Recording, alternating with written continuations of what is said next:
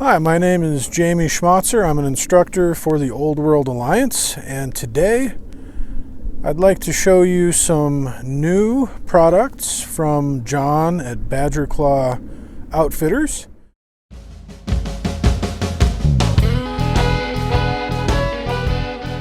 And I would also like to show some of the old products that I bought from John through Self-Reliance Outfitters. So first of all, let me get up close. This is the large bush pot. This is the smaller bush pot bag. These both I got from Self-Reliance Outfitters. And these have the ripstop wax canvas and have pouches on the inside. There are two pouches, one here, one here. And both the medium, this is the large, but the medium has those pouches as well. Now the new bag, this is a large one, is not ripstop and it does not have those pockets.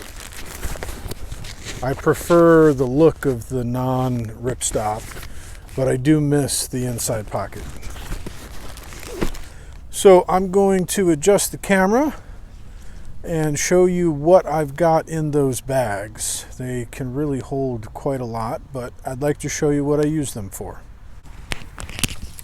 So I'm going to start with, the new bag.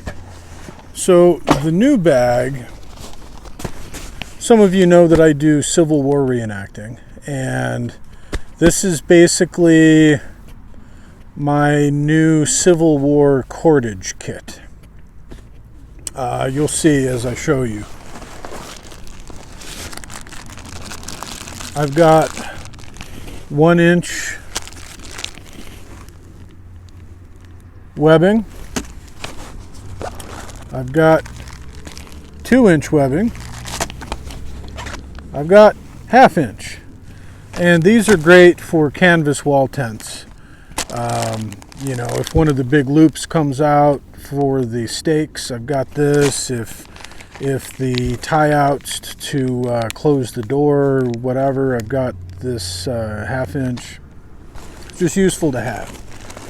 I've got a huge thing of jute in here. This is really thick jute. So, cotton yarn.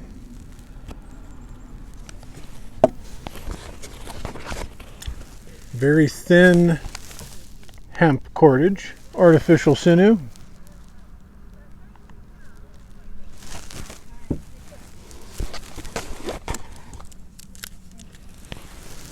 A smaller roll of thinner jute twine.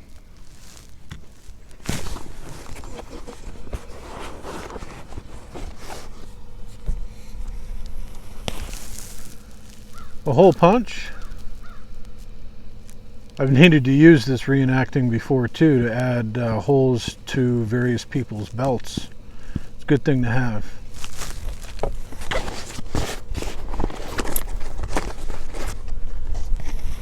Got a couple little hanks of bank line. Some pink paracord, which I will never use reenacting. At least not on the outside of my wall tent. And then a slew of leather cordage.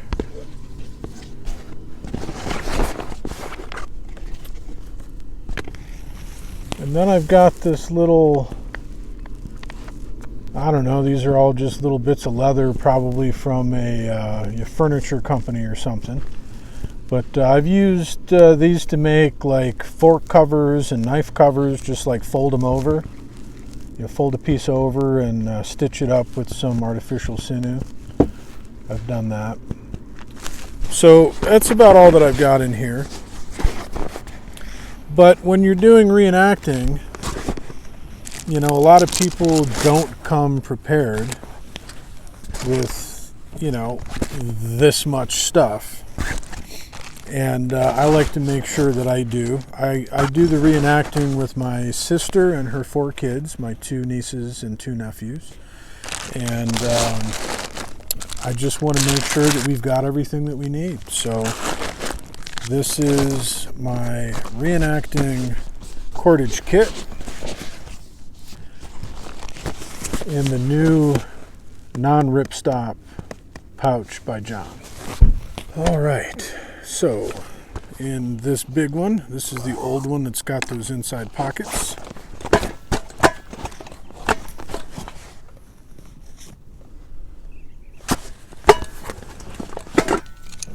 I've got a huge can opener. I take can openers very seriously. I've had so many can openers break on me or just stop working or whatever. I would pay, good money for some super strong titanium, whatever can opener that's never gonna, if it would last a lifetime, I would buy once, cry once on a can opener. Anyway, can opener. Got a little cup in here.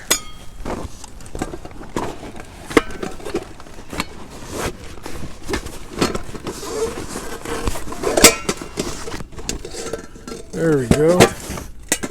This is a big, it doesn't say on the bottom, but this is a pretty heavy duty bush pot from Zebra Pot. I got it from Ben's backwoods. With this awesome high carbon pan that fits right inside. It just nests right inside of this one. So that's pretty awesome that it fits in there perfectly. Then I've got the Pathfinder skillet, which I like pretty well. It's got a nice solid bottom anyway. I like how the handle kind of locks in place too with this little slider jimmy. But nice solid bottom. And then in the very bottom I've got the lid for this. I'm not going to take that out.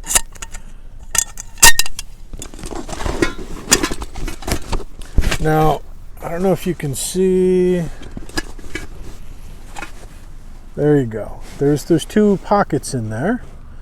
And I'm going to show you what I keep in those two pockets right now. First of all, I've got a Ziploc type bag with just reusable plastic silverware. I get these from Appalachian Outfitters here locally, and they're made by Sea to Summit. I've got a titanium spoon in here too by Sea to Summit, but man, I like this stuff.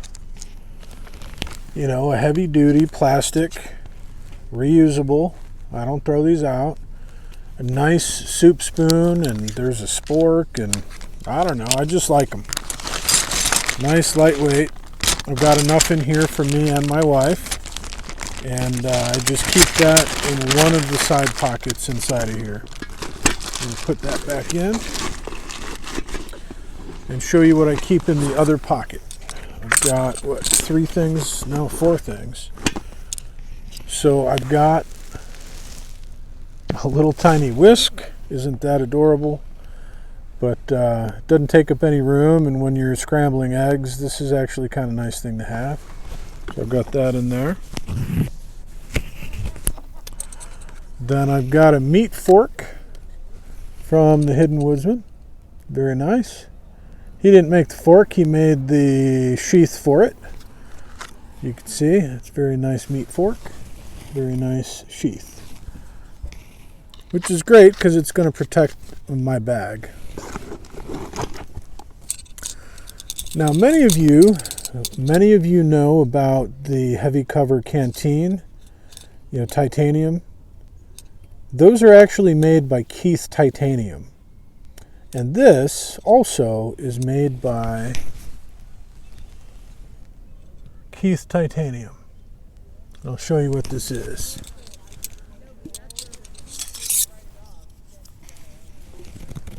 Titanium chopsticks, right? So if you're making your ramen, you can have titanium chopsticks. I like them. And lastly, I've got an Opinel number 8 in high carbon, or I'm sorry, this is a stainless one. I prefer the stainless for food prep. That's why I keep it in here. And that was gifted to me by Mike at Appalachian Outfitters that I mentioned earlier. And I'm actually just a few miles, I don't know, maybe just a mile away from Appalachian Outfitters right now. I am in the Cuyahoga Valley National Park at the moment. During this whole coronavirus pandemic, we're locked down here in Ohio, but the provision is that we can go to parks to get some exercise or just to get out of the house. We just need to be 6 feet away from somebody else that we don't live with. So that's what I've got in this one. There is some extra room in here. Like I said earlier, he doesn't currently make this particular model because he has phased out the ripstop wax canvas, which I'm actually happy about. And currently the new bag does not have those inside pockets. Hopefully that'll something he will start doing again soon. So that is the big one. Now I'm going to show you the small one that also includes something else that I recently got from John at Badger Claw. So let me dig in here and show you. So first of all, I've got another zebra pot. This is more of a personal kit, whereas the larger one was for me and my wife.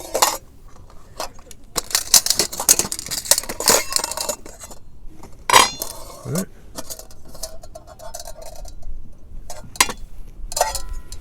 A little soup spoon from Zebra, made in Thailand by Zebra. Very cool little soup spoon.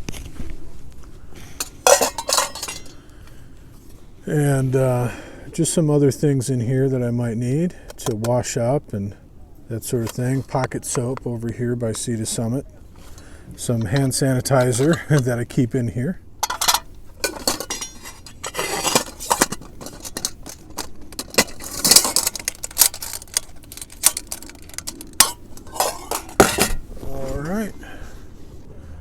But this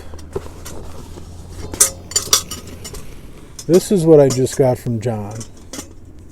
This is the 1.5 liter kettle, and it is beautiful, beautiful. Copper bottom, as you can see, I've already used it. Copper bottom. You can see how these come out. And they're held under tension when they're held down. Here's the nice lid. The Pathfinder kettle tea thing that Dave put together actually fits right in there as well. I probably won't ever do it, but it will fit. How you doing? Good, thank you. But this thing's got some, it's not heavy, but it's got, you really feels you're strong, sturdy, like it's going to last a long time. And my biggest gripe with the Pathfinder kettle thing that this came with is that when I pour it, it just goes all over the place. It doesn't really pour very well. Whereas this one, it pours just fine. So I'm a big fan. I'm glad I got it. That's from Eagle Products in Norway. I believe they're from Norway. Eagle Products. I got it from John at Badger Claw Outfitters. And let me show you this. Go like this again, and this little thing. I think I need to do it the other way. There we go. And that thing pops up and just keeps it under tension. And good to go. This is the 1.5 liter version, which I wanted because, you know, I'll make soup that I need to add water to or whatever, and I drink a lot of tea, it's nice to be able to make a goodly amount of water all at once. So that is this kit. And I'm a big fan of these bags. Like I said, I'm not such a big fan of the ripstop version that he's been phasing out, but that's only because when I do Civil War reenacting, the ripstop isn't exactly period correct. And maybe from 10 feet away you can't notice, but up close it's certainly noticeable. They were not making material that looked like this in the 1860s. Now, the material that looks like this, for sure. So I'm actually a big fan of the newer non-ripstop wax canvas from Badger Claw. Although I do hope that sometime soon he'll start adding those pockets on the inside again. So anyway, if you're interested in any of these products, I'll try to put links to a lot of it, not every little thing, but in the description below. If you like this video, subscribe, hit that like button, all that good stuff. And leave some comments below about anything. Tell me how the weather is where you're at, how you're holding up with this whole coronavirus pandemic.